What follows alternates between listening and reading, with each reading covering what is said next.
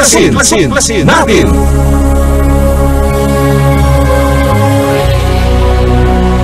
Ang palatuntunan sa radyo na tutuklas ng dapat malaman ng sambayanan. Maninindigan sa katotohanan. Tatalakayin at hihimayin ang mga kaalamang pangkalusugan, siyensya at teknolohiya, agrikultura, ekonomiya, maging mga usaping legal at isyung panlipunang dapat ibahagi, magsisilbing tulay ng mga karaniwang tao upang maiparating sa pamahalaan ang mga mungkahi, hinaing at pulso ng bayan. Ipaglalaban ang karapatan ng mamamayang Pilipino.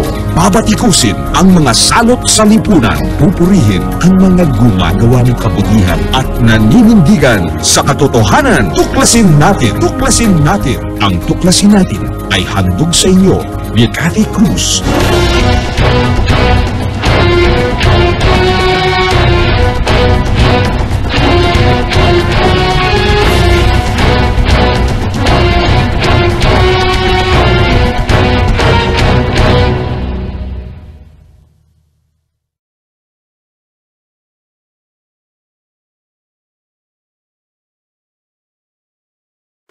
Araw-araw ang digmaan. Umaga't gabi sumasabak sa laban. Dapat protektado ka outside at inside. Immune Advance contains 4 active ingredients gaya ng lagundi, malunggay, non-acidic vitamin C at zinc. Tulong pampatibay resistensya para tulong proteksyon. Isama pa ang proper diet at exercise. Para katawan ay handa, Immune Advance helps support a healthy immune system. Immune Advance ang sandata. No approved therapeutic claims. Ang Immune Advance ay hindi gamot at hindi dapat gamiting panggamot sa anumang uri ng sakit. Available in Shopee, Lazada, and other leading drugstores. Make weekends and holidays count by bonding with family and friends. At Hillspa Resort, we can make that happen for you. Rest, relax, and have fun in a natural setting with so much greenery around you. Hillspa Resort boasts of 3 large and clear pools, 3 spacious function halls, and several clean and cozy rooms for a memorable and enjoyable overnight stay. Our various facilities can cater to various budgets. Hillspa Resort is located in Barangay Lalakay, Los Baños, Laguna. Why not check us out for that overdue bonding activity with family and friends? For inquiries, please call Joey at 0932-624-2019.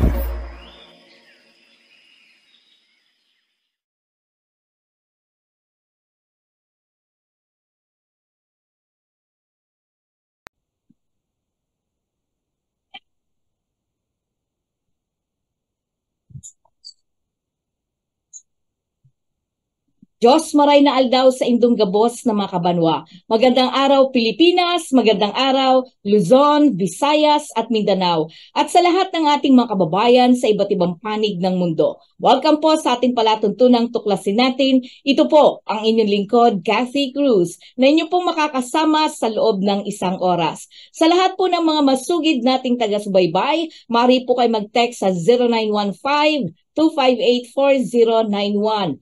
O maaari din po kayong magpadala ng sulat troniko, tuklasinatin@yahoo.com kung may nais po kayong ibahagi sa amin na impormasyon o mungkahi na nais po ninyong talakayin natin sa ating palatuntunan.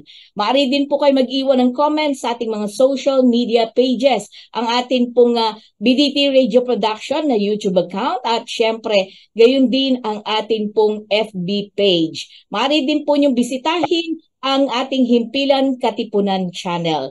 At syempre, ngayon ay 1 oras na naman po tayo magtatalakayan. This time, kakaiba po ang ating pag-uusapan dahil nalalapit na po ang barangay election, no? Pero hindi po tayo nagpo-promote ng mga tatakbo. Ang ipopromote po natin ay yung pong ano ba dapat ang trabaho ng trabaho po mismo ng ating mga barangay captain, mga punong barangay at yung ating iba pang nanunungkulan katulad ng mga kagawad at SK, no? Ang mga SK chairman at ang kanyang mga miyembro po sa konseho.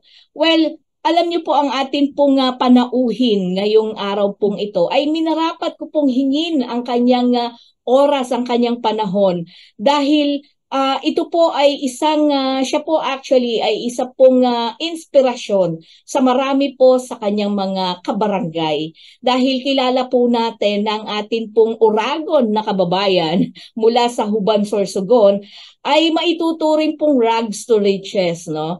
Pero maganda mamaya tutuklasin natin mula sa kanya paano ba ang naging buhay niya bago bago siya pumasok sa pagnenegosyo at ano ang nagtulak sa kanya kung bakit pasukin niya ang pagnenegosyo sa halip na kumbaga ay mamasukan na lamang sa trabaho, no? At alam nyo, nakakatuwa po ang ating panauhin ngayon dahil bukod sa pagiging negosyante, alam nyo po ba na 11 taon din siyang nagsilbi sa komunidad. Bagaman hindi siya opisyal ng barangay, napaka-aktibo po ng taong ito. In fact, siya po ay pangulo ng Ramawil Neighborhood Association Incorporated sa loob ng 8 taon. At ito pong Ramawil na to na Neighborhood Association ay actually yan po ay ang lawak po niyan ay nasa 9.6 hectares po.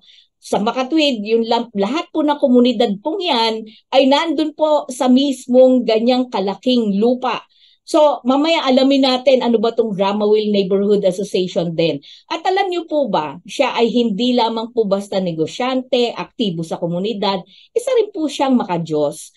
Dahil aktibo po siyang kasapi ng Nuestra Señora de la Paz Parish Pastoral Council sa loob ng 8 taon. Siya po ang nangalaga at naging kasangkapan upang maitayo at mapaganda ang mismong chapel po ng Nuestra Señora de la Paz. Lupong tagapamayapa ng Barangay Payata sa loob ng 5 taon. At ngayon ay isa na sa council o konseho ng Ina ng Lupang Pangako Parish Pastoral Council. Well, di ko na po patatagalin dahil baka marami pa akong masabing kung ano-anong magagandang katangian niya. Siya po ay walang iba kundi si Jose Razul Hanoras. Magandang hapon sa iyo. Magandang hapon po sa iyo. Ating mga tagapakinig. Oo, nako, tuwan-tuwa po ako dahil alam kong busy-busy ka, pero binigyan mo ng pagkakataon na ikaw ay makapanayam ko. Pero siguro balikan ko lang, no? Sino ba si Jose Razul Hanoras bago siya naging isang negosyante? Nagsimula po ako bilang isang boy, naging tagapamahala, at higit sa lahat parang ako sa akin umiikot ang isang negosyo ng aking naging amo sa loob ng halos 3 dekada. Doon ako halos lumaki na sa kanya kasi 14 years old ay nasa kanya na po ako. At isa lang po naging amo ko, si Celia Reyes ng taga Marikina po siya. So, ibig sabihin, ang loyalty, nandun ang loyalty mo sa kanya, no? Dahil sabi mo nga, isa lang ang naging amo mo. Pero, bakit ka napunta? Kasi sabi mo nga, naging boy ka, naging tagapangasiwa ka, pinagkatiwalaan ka nitong Celia Reyes. Paano kang naging isang negosyante at bakit mo naisipan na pasukin? Ano ba yung trabaho mo before, bukod sa pagiging houseboy? Ano pa yung ibang ginagawa mo nun na nagdulot sa'yo o nakaisip ka na magnenegosyo ako ng ganitong klase? Kasi marami kang pwedeng gawing negosyo. Why handbag? Bakit ladies bag? Okay. Actually po, kaya kung bakit ko yun parang doon ko natutunan o doon ko nasimulan, minsan pag wala sila po, nasa abroad, ako po ang talagang tagapagpatakbo ng kanyang gawaan kung tawagin namin, kanyang negosyo ng handbags. So ba't pa ako lalayo po at bakit kailangan ko na, doon na po ako nahasa eh. Sa edad kong 15 taon, nasa kanya na po ako. Tumigil lang po ako sa kanyang pagsiservisyo nung ako po ay nakapag-asawa at nagkaroon na po ng anak na kailangan din namin kalingain. Kaya experience ko sa pagiging sa handbags ay naandun po. Hindi ko man inakal pero lahat halos ako na po ang namamahala. Yun po. So ilang taon kang naging tauhan ni Celia Reyes mula sa Marikina? Halos may higit o kumulang na mga 20 years. Nasa kanya po ako. Naku, matagal din ha. So ibig sabihin 2 dekadang karanasan at kaalaman ang nagpahasa sa'yo sa paggawa ng handbag. Tama ba ako? Opo, ito talaga po parang sabi ko nga hindi man ako sadyang nakapag-aral, hindi man ako ang eksperyensya ko ang nagbigay sa akin ng katatagan kung bakit yung hanap buhay ko hanggang sa ngayon ay andirito pa rin. Ano po ba ang sekreto para maging isang matagumpay na negosyante? Una, siyempre disiplina sa paggamit ng pera. At siyempre, tiyaga. Siyempre, ang ganyan naman talaga po. At tuklasin mo rin po kung saan nagmumula ang pinakang the best na para produkto. Tuklasin mo rin na para maging maayos ang produkto mo at kailangan mo i-develop. Kahit na meron ka ng maganda, papagandahin. Yun ang pinakang the best. So, ibig sabihin patuloy na pinag-iigi, hindi lamang yung hitsura na panlabas ng produkto ninyo, kundi mismong kalidad nung handbag na ginagawa ninyo. Tama po ba ako? Opo, yun po talagang dapat. Para keep tayo kahit papano. Well, actually po, Mr. Anoras, kayo po ay syempre sikat na sikat rin po kayo pagdating sa pagsiservisyo sa ating mga kabarangay, sa ating mga kababayan, lalo na. Bagamat hindi eleksyon, parang normal na sa'yo na tumutulong ka at alam ko marami kang mga kinabibilangan ng mga foundation na tinutulungan mo o tumutulong ka para matulungan mo rin yung mga kapwa mo barangay. Bakit may ganito kang klase ng pag-iisip? Actually, kasi mahirap po. Ako ay nagmula sa isang mahirap na pamilya. So naranasan ko yung kung paano ko nakikita yung pinagdaanan ko. So ayaw ko rin naman na minsan andito na ako kahit papaano,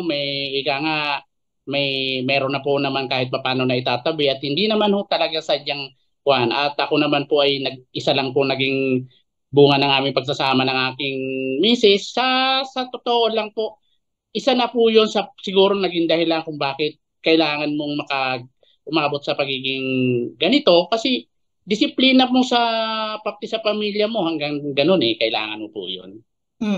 Disiplina, yun talaga yung sikreto, no, ng pagiging isang matagumpay kahit sa anong karera, no, Mr.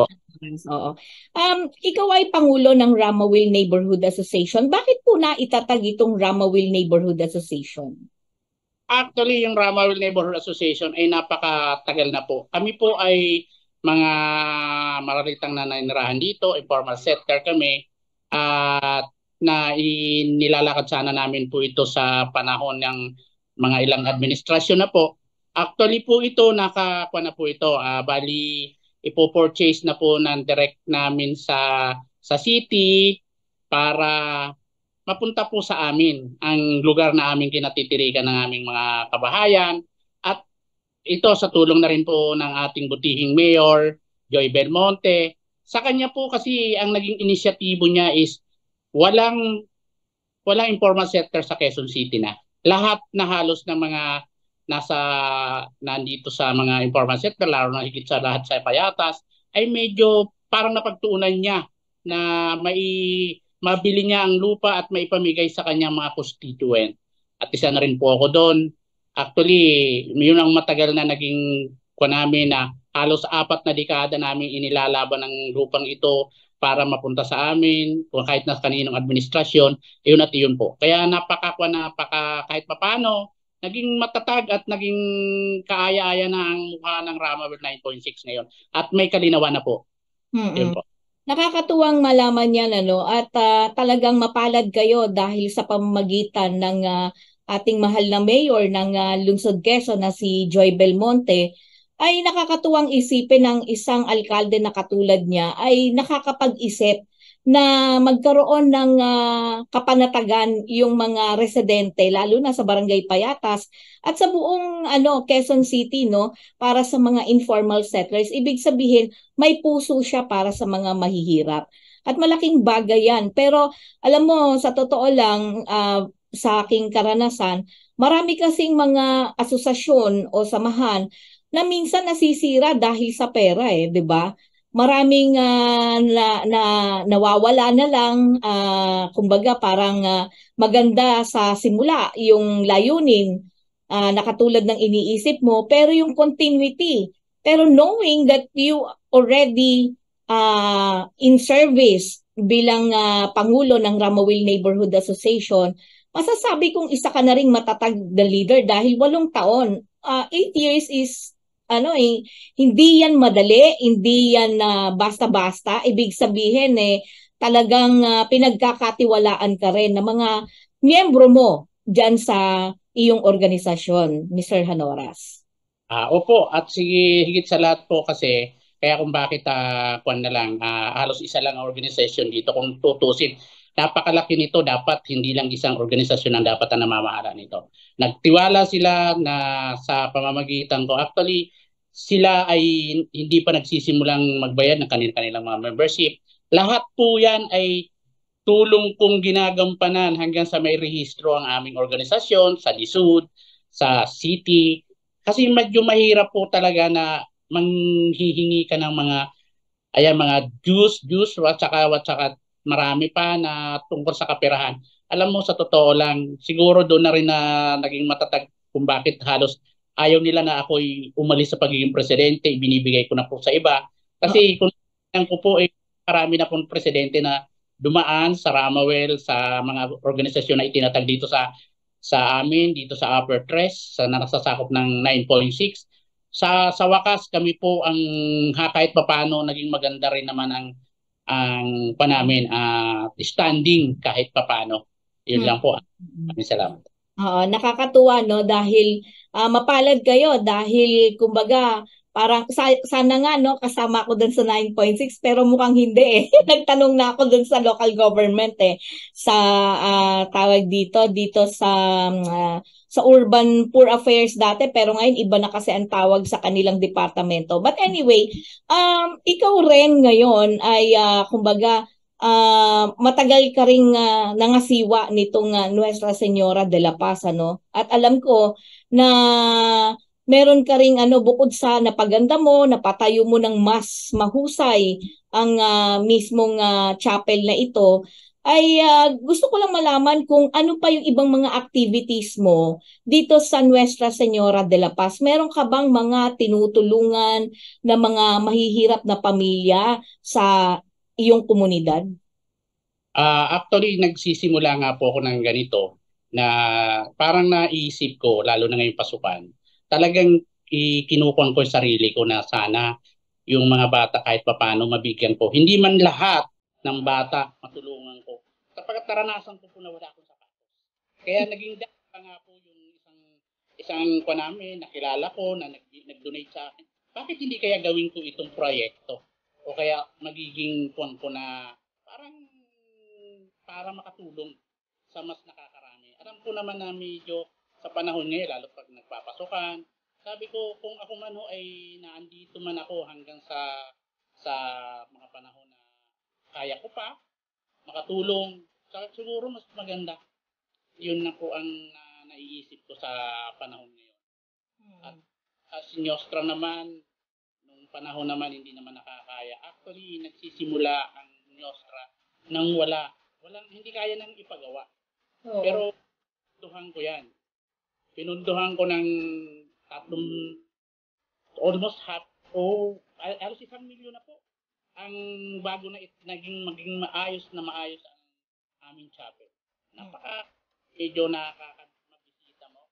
Magugulat ka kung gaano kaayos kahit paano. May kulang pa man pero siguro sa pangayon kasi bilang dating PPC ng Kwampo, ng Nostra, ako po ay nagkuhan sa kabuuan, naging Paris PPC ako ngayon.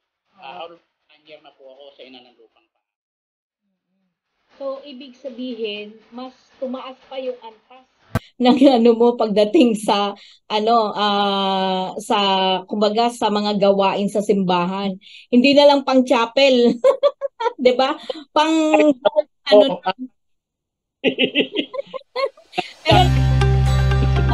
Pero nakakatuwa dahil biruin mo yung ganyang klase ng pag-iisip ay nakakatuwa dahil unang-una makikita mo yung commitment.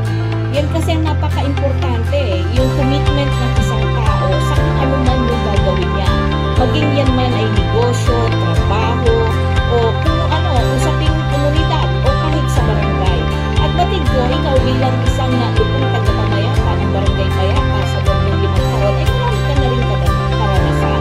Pero ang magandang tanong dito, no, at nag-text yung ating mga kababayan na nanonood ngayon, ikaw ba bilang malalim na ang iyong karanasan sa pakikisalamuha sa mga tao at nakita mo na yung kahirapan ay talagang nandyan, hindi nawawala. Kung ikaw ay isang opisyal ng ating pamahalaan, sabihin na natin sa barangay level muna, ano ba dapat meron nakatangian ang isang kapitan o ang isang opisyal ng pamahalaan o ng barangay para nang sa ganun ay maramdaman ng tao yung pagmamalasakit mo sa iyong kapwa kabarangay? Ang una, alamin mo kung ano yung talagang pangangailangan ng ating nasasakupan. Kasi minsan, hindi naman kailangan yun ang ipina-priority. Dapat priority mo parati kung paano natin sila may iabot o may iangat ang kanilang kabuhayan, kabuhayan. Saka siyempre yung kanilang paninirahan. Matatag ang kanilang paninirahan at ang kabuhayan, number 1 po yun. May paninirahan na ng matatag, hindi na sila mga informal settler. Saka paghahanap buhay, kung paano natin sila matulungan. Number 1 talaga yun naman ang talagang magkasunod Para umangat ang isang komunidad, una, katatagan sa kanilang paninirahan. Pangalawa, hanap buhay na hindi na kailangan lumayo pa. Yun ang kailangan natin po. Bilang tayo po ay nasa Lungsod Quezon, medyo malaki na po ang angat ng kahit papano sa ngayon sa pamumuno ng ating butihing barangay captain, Manny Guarin, ay naging maayos. Una, mga daanan, saka yung mga basic services. Dapat yung tama po na tinutukoy ng isang mamumuno ng isang napakalaking barangay, Payatas. Oo, nako. Alam mo, nalalapit na ang eleksyon na pambarangay, no? Kung ikaw ba pala rin, ikaw ba may planong tumakbo at kung ikaw ba pala rin anumang posisyon niya na naiisip mo ano yung unang-unang gagawin mo? Puro siyempre, kung ako man po ay tatakbo man po ako ng bilang isang kagawan ng barangay, dapat may puso ka na dapat mong ipairal kung paano natin mapapaayos ang ating barangay. Siyempre, bilang kagawad, dapat alam mo kung ano ang iyong posisyon. Ikaw ay tagapaggawa ng batas na pwede nating ipatupad at resolusyon na kapangangailangan ng ating constituent. Yun po ang isang katangian dapat na ikaw ay may puso sa mas nakakarami, hindi yung iilan. Kasi the way na kailangan natin yung mga maliit, dapat naiintindihan mo kung anong pangangailangan ng mga maliliit natin na kabarangay. Yun po ang kailangan. Batid natin na actually, kung titignan mo ang Barangay Payatas noon at ngayon, napakalaki ng pagbabago na nangyari. Mula sa nakilala ng marami na ang Barangay Payatas ay tapunan ng mga pinapatay, tapunan ng basura. Ngayon, kakaiba na ngayon ang hitsura. Hindi na katulad na dati na mabaho, maputik ang lugar. Ngayon talagang makikita mo ang pagbabago, malaking pagbabago. Pero sa paggawa ng batas sa barangay, ano ang nakikita mong pinaka magandang para sa kabuhayan ng ating mga kabarangay sa Payatas? May naiisip ka bang pwedeng magandang simulan para sa pangkabuhayan ng mga taga-Payatas? Kasi katulad ngayon, very very supportive. Tumutulong mismo ang alkalde ng Quezon City na si Mayor Joy Belmonte sa mga informal settlers para mapasa kanila o matiyak yung katatagan ng paninirahan ng mga residente. Pagdating sa kabuhayan, ano yung naiisip mo na pwedeng maging batas ng barangay o panuntunan ng barangay para may kabuhayan ang mga residente? Yung kakayanan, Mhm. At paano matutulungan? Sapagkat ganito po yun, ano po. Ang isang pagninegosyo, alam naman natin na napakahirap. Kaya nga kung para sa akin, dapat yung mga maliliit na negosyo, dapat medyo kahit na sabihin natin sa Quezon City, dapat bigyan nila ng konting pabor. Ang akin lang ano po, gusto ko po na ihain kay Mayor na kung isang maliit na nagsisimulang negosyo, dapat hindi naman nila yung mga taxes na mga city tax, halos kailangan naman natin kahit papano, hindi man i-pull yung kanya, magbabayad din naman po ng mga taxes. Pero habang nagsisimula ang isang negosyo at depende sa kanyang kakayanan, lalo na sa kanyang pamumuhunan, ay medyo pababain ang kanyang taxes. Hindi naman ho sa hindi magbayad. Ang importante po kasi pag mababa ang taxes, kahit papano po, hindi naman nahihirapan ang ating mga maliliit na nagninegosyo. Kasi kailangan po natin may negosyo po ang, alam mo pag nagsimula ang isang ganito pagkakataon, unang-una, kailangan tuklasin mo rin po kung ano ang kakayanan, ano ang kaya at ano ang pwede natin ipasok sa mga kabarangay natin na hanap buhay. Halimbawa, katulad ng pananahi, may kakayanan ba sila? Ano bang kakayanan nila? Kaya ba nilang manahi? Damit, marami po actually, kung ako lang po ay papalarin talaga sa ganitong pagkakataon, yun ang una kong dapat tuklasin, ano ang mga kakayanan. Lalo na yung mga kababaihan.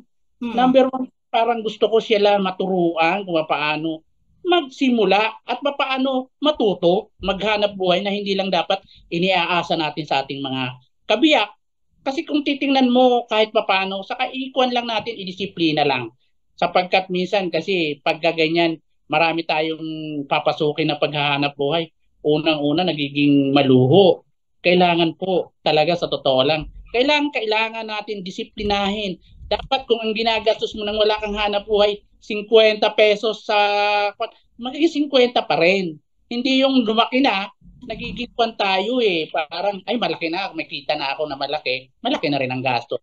Paano tayo aasenso kung ganyan ang pananaw? Oh, magandang tip yan na kasi kumbaga yung iba sabi nga nila ubus-ubos biyaya pag wala nakatunganga, 'di ba?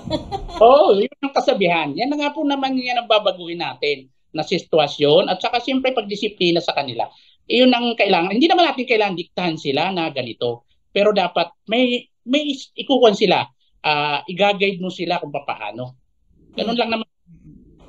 Tama.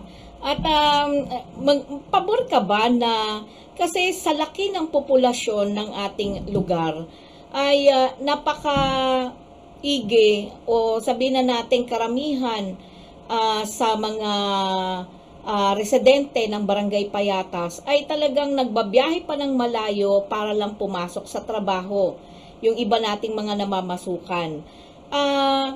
Pabor ka ba na magkaroon ng mga malalaking tinatawag dito? Hindi malalaking mall, kundi parang meron siyang tinatawag natin na parang katulad ng Commonwealth Market, 'di ba? Na maraming nagnenegosyo doon na mga taga-Commonwealth din. Minsan kahit hindi taga-Commonwealth nandoon.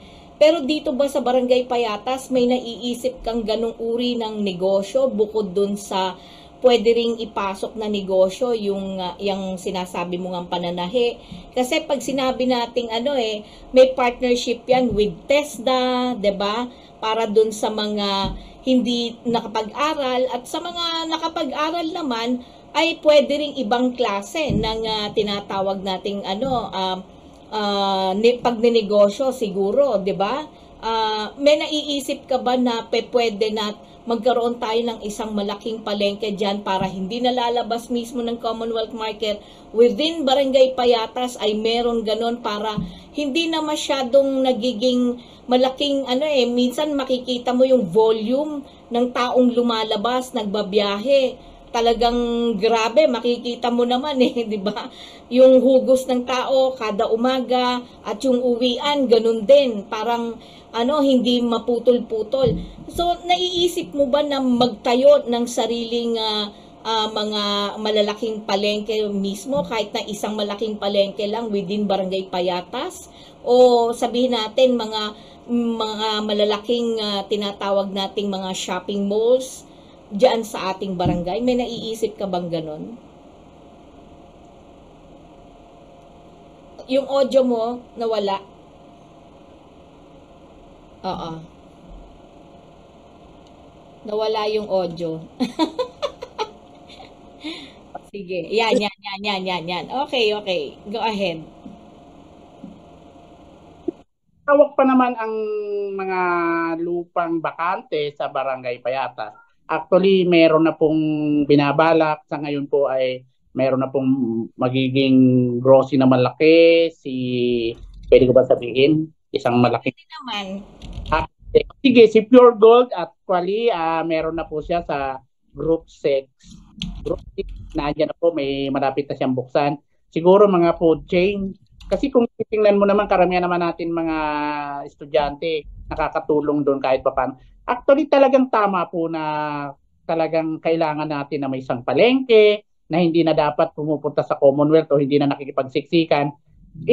Ibabargain natin kay Mayor kung baka sakaling mapagbigyan at merong malaking maibibigay na lote para sa isang maayos at magiging magandang pamilihan na para yung isang komunidad ay hindi na lumalabas para mamili sa kung saan. Kung natin maikwan yan. Actually, resolution lang yan, ihingi ng pwesto. Alam naman natin pag naging kagawad ka, through resolution, i-aakit para kapban. Oo. At saka maganda rin yan na ang Barangay Payatas mismo ay magkaroon ng direktang pakikipag-ugnayan sa Department of Agriculture, sa Bureau of Fisheries and Aquatic Resources o sa Philippine Coconut Authority. 'Di ba? Ako suhestyon ko lang naman 'yon. Medyo nakikita ko lang na para kumbaga may direct access tayo from the farmer mula sa mga magsasaka natin sa iba't ibang bansa. Let's say in Luzon mismo, may mga farmer organizations dyan na pwede tayong tulungan ng Department of Agriculture at babagsakan na lang yung ating mismong itatayong palengke dyan sa Barangay Payatas nang sa ganon ay hindi rin mahal yung mga bilihin, hindi ba?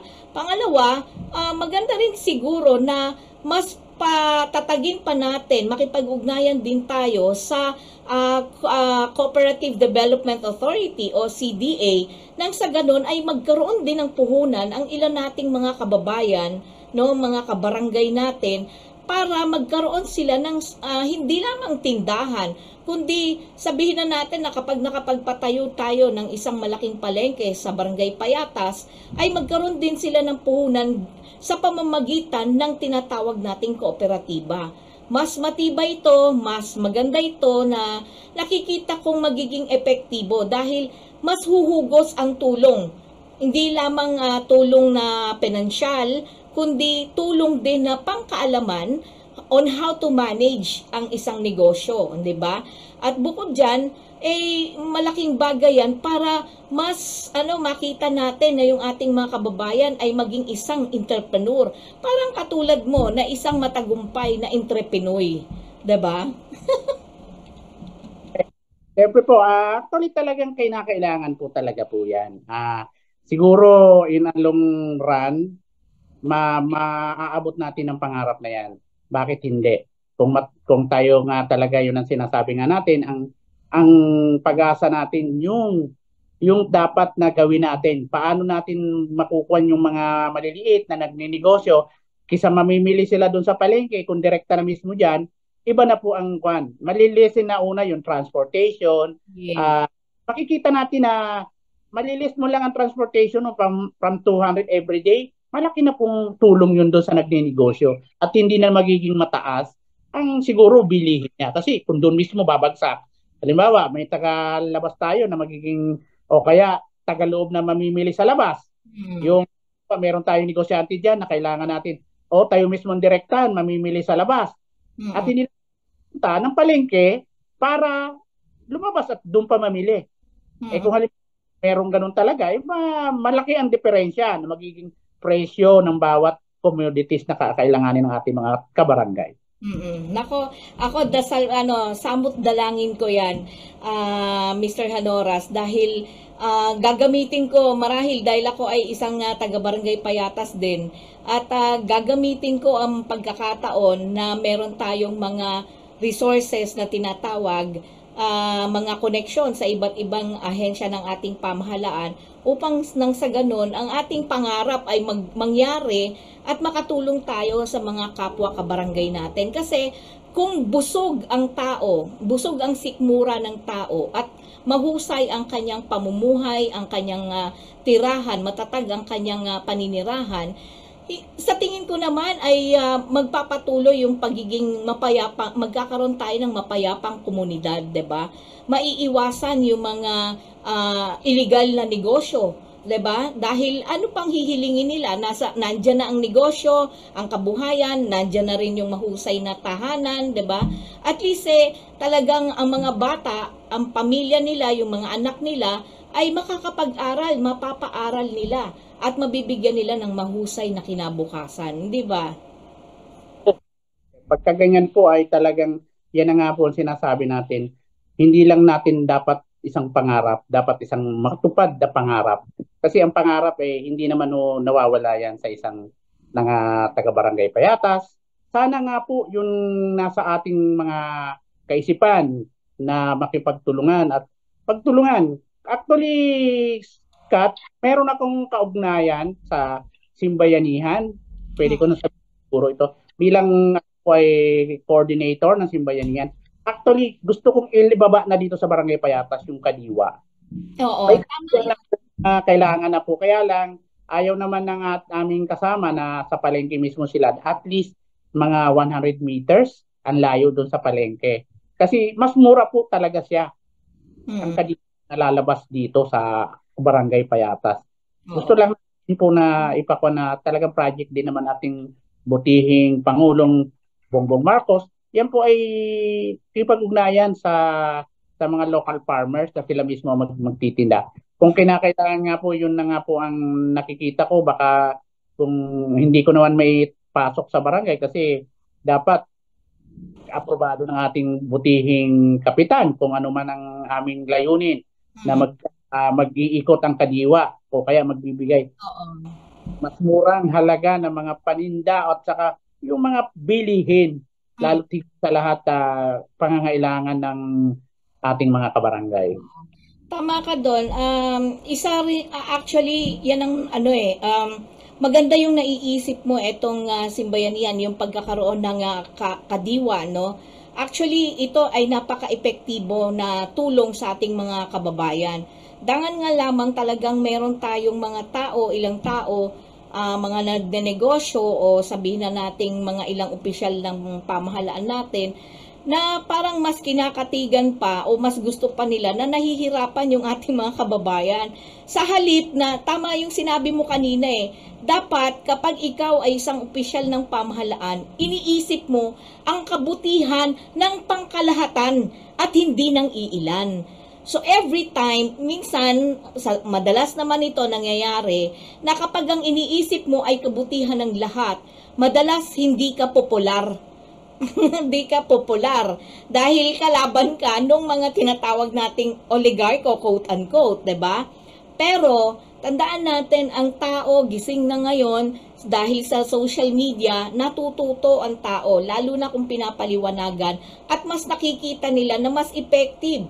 Ibig sabihin, epektibo at talagang naiibsan yung kanilang kagutuman. Ang pagkakaroon ng Kadiwa na umiikot, parang katulad dati, 'di ba, may rolling hills na Kadiwa, 'di ba? Yun yung umiikot sa buong barangay. Ay malaking tulong 'yan sa mga kapwa natin Pilipino na maliit lang ang kinikita. 'Di ba? Anyway, sa huling bahagi ng ating palatuntunan, gusto ko lang bigyan ka ng pagkakataon na baka meron kang mga nais na panawagan sa ating opisyal ng pamahalaan, baka mga challenges, mga suliranin na hindi na kaya ng iyong kapasidad bilang isang sabi na nating normal na Pilipino na nasa komunidad lang na nangangailangan ng tulong at suporta ng lokal na pamahalaan o ng mas mataas na opisyal ng ating pamahalaan. Nasa iyo ang pagkakataon. Nawala yung audio. Okay. Okay. Nawala. Bakit nawala yung audio? Okay. Okay, wait. Nawala siya. Okay, habang inaayos ang atin pong ang audio po ni Ginoong Razul Hanoras. Yan, ayan na. Naririnig na kita. Okay, sige po. Ganito po kasi una kong ipinapanawagan sa ating butihing mayor yung pagkakaroon ng isang parang paniwala ko kailangan ng maliliit na negosyante is yung mapababa lang ang tax. Actually at city medyo mataas ang tax. Kailangan lang na yung mga magsisimula ng mga ganitong pagkakataon ay siguro ibaba lang ang kanyang city tax. At sa ating national government siguro, number one, papaano ba magkakaroon kami ng isang malaking palengke na pagsisimulan. At saka siyempre, una may palengke nga kami, mahal naman ang aming paninda, lalabas pa rin ang aming mga taga rito sa loob ng aming barangay. Di ba po? Kasi ang number one natin talaga, tama yung sinasabi natin na hindi na dapat lalabas ang ating mga kabarangay para maghanap buhay o magnegosyo. Kung dito naman may magkakataon tayo. At number one lang naman na dapat iisipin natin yung kung ano ikakabuti ng ating komunidad. Sapagkat pag maayos ang pamunuan, maayos ang sistema, maayos na pamilihan, maayos lahat. Kasi makikinabang po ang mga maralita. Number one po, yan po ang number one kong iniisip. Yung mas higit na maliliit ang kinikita. Yung lalo na yung mga minimum, actually kung mababawasan yung pamasahe, malaki na yun. Pag lalabas pa, isipin mo mamamasahe siya ng almost 100 o 200 pa, mabalikan. Malaking kabawasan po kung dito mismo sa amin, sa Barangay Payatas, ay magkaroon ng ganyang mga hanap buhay. Kung ano man ang hanap buhay nila, alam naman natin ang karamihan ng mga yan is more on construction.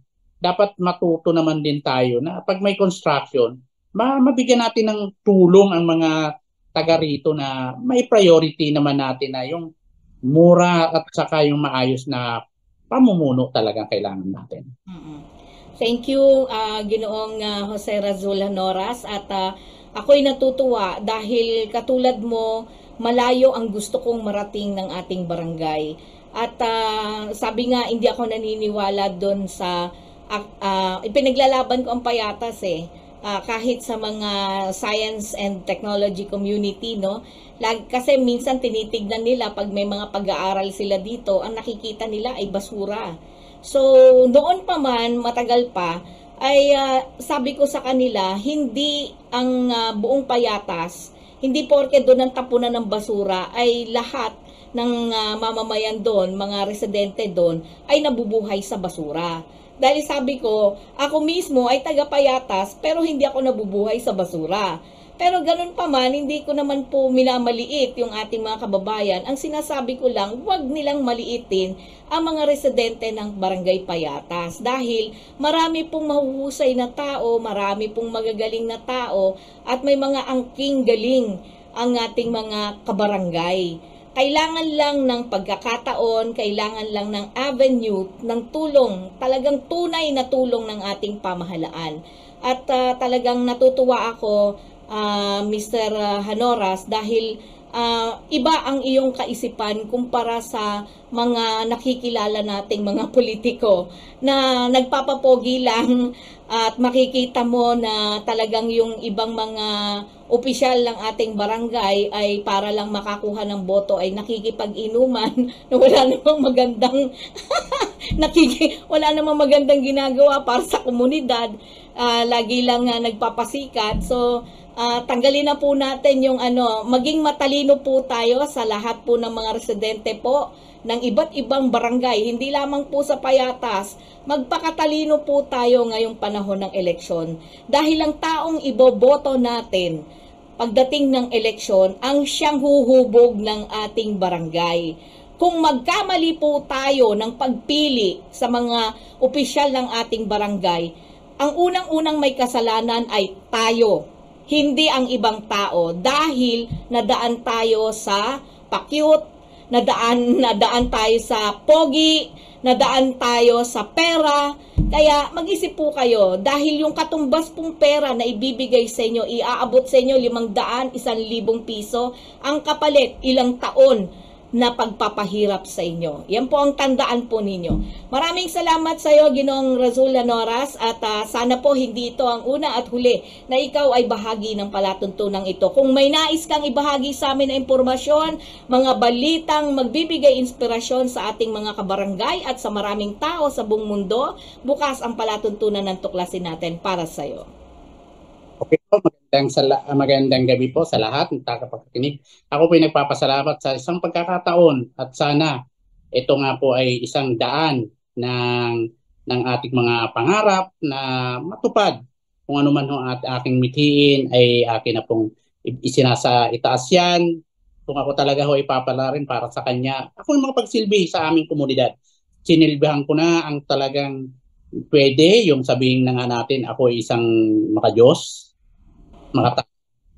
at syempre makakakayasan. Kalikasan ang nagbubuhay din sa atin. So isa pa yun ang aking adhikain yung mga yan. Maraming salamat at magandang gabi po sa inyo lahat. Thank you so much. Napakabilis po ng oras. Isang oras na naman po ang nakalipas.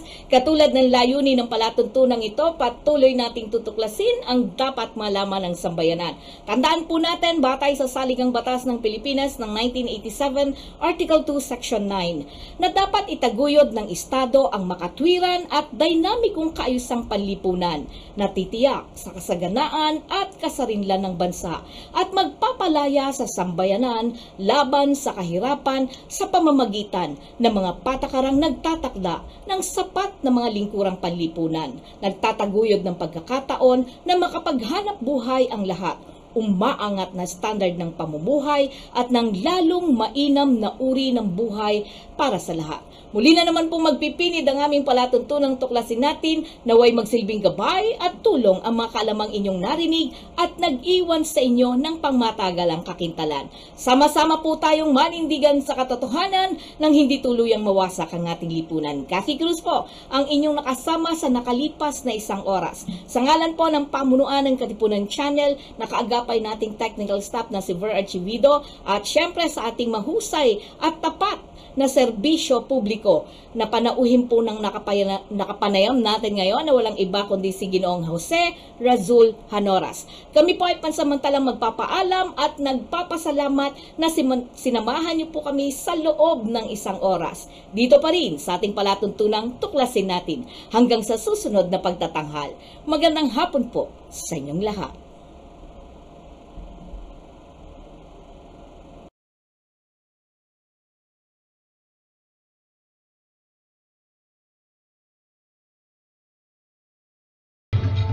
Inyong napakinggan ang palatuntunang Tuklasin Natin. Tuklasin natin hanggang sa muli.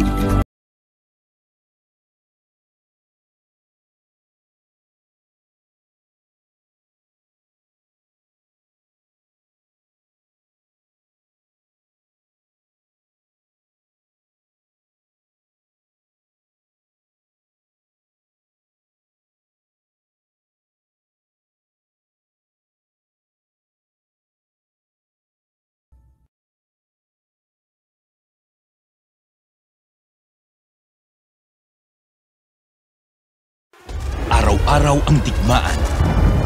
Umaga't gabi sumasabak sa laban. Dapat protektado ka outside at inside.